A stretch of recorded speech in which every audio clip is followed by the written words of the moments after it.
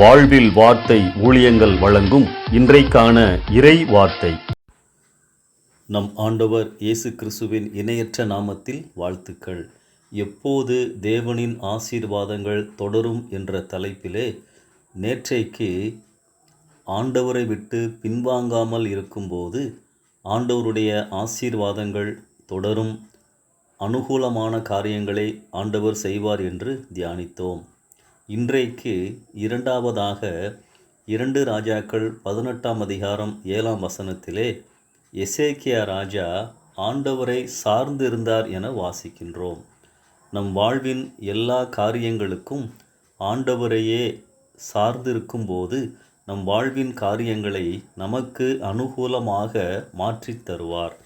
நம்முடைய பலனை நம்புவது தவறல்ல, ஆனால் நம் பலனையே, நம் அனுபவங்களையே, நம் திறமைகளையே நாம் சார்ந்திருக்கக்கூடாது. எல்லாம் அவர் கொடுத்தது.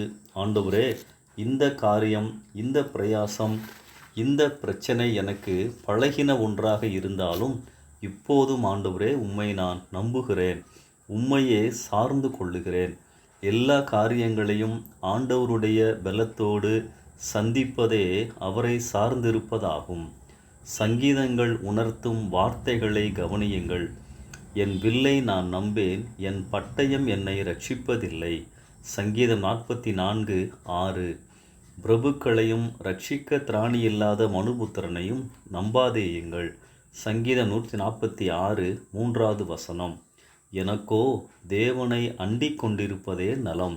73ஆம் சங்கீதம் 28வது வசனம்.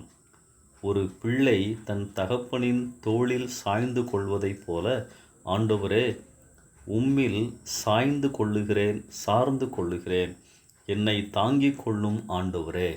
அன்பானவர்களே, நம் பலவீனங்களை ஒத்துக்கொண்டு ஆண்டவருடைய பலனை நம்பி அவரிடத்தில் வருவதே அவரை முழுமையாக சார்ந்து கொள்ளுதல். நம் வாழ்வின் எல்லா நிலைகளிலும் அவரை சார்ந்து கொள்ளுவோம், அண்டிக் கொள்ளுவோம். சுய பலனை நம்பாமல் அவரையே நாம் சார்ந்து கொள்ளுவோம். நம் எல்லா காரியங்களையும் நமக்கு அவர் அனுகூலமாய் மாற்றித் தருவார். இந்த நம்பிக்கையோடு இந்த நாளை ஆரம்பிப்போம். நாளையும் இந்த வார்த்தைகளை தொடர்ந்து தியானிப்போம். கர்த்தர் உங்களை நடத்துவாராக. ஆமென்.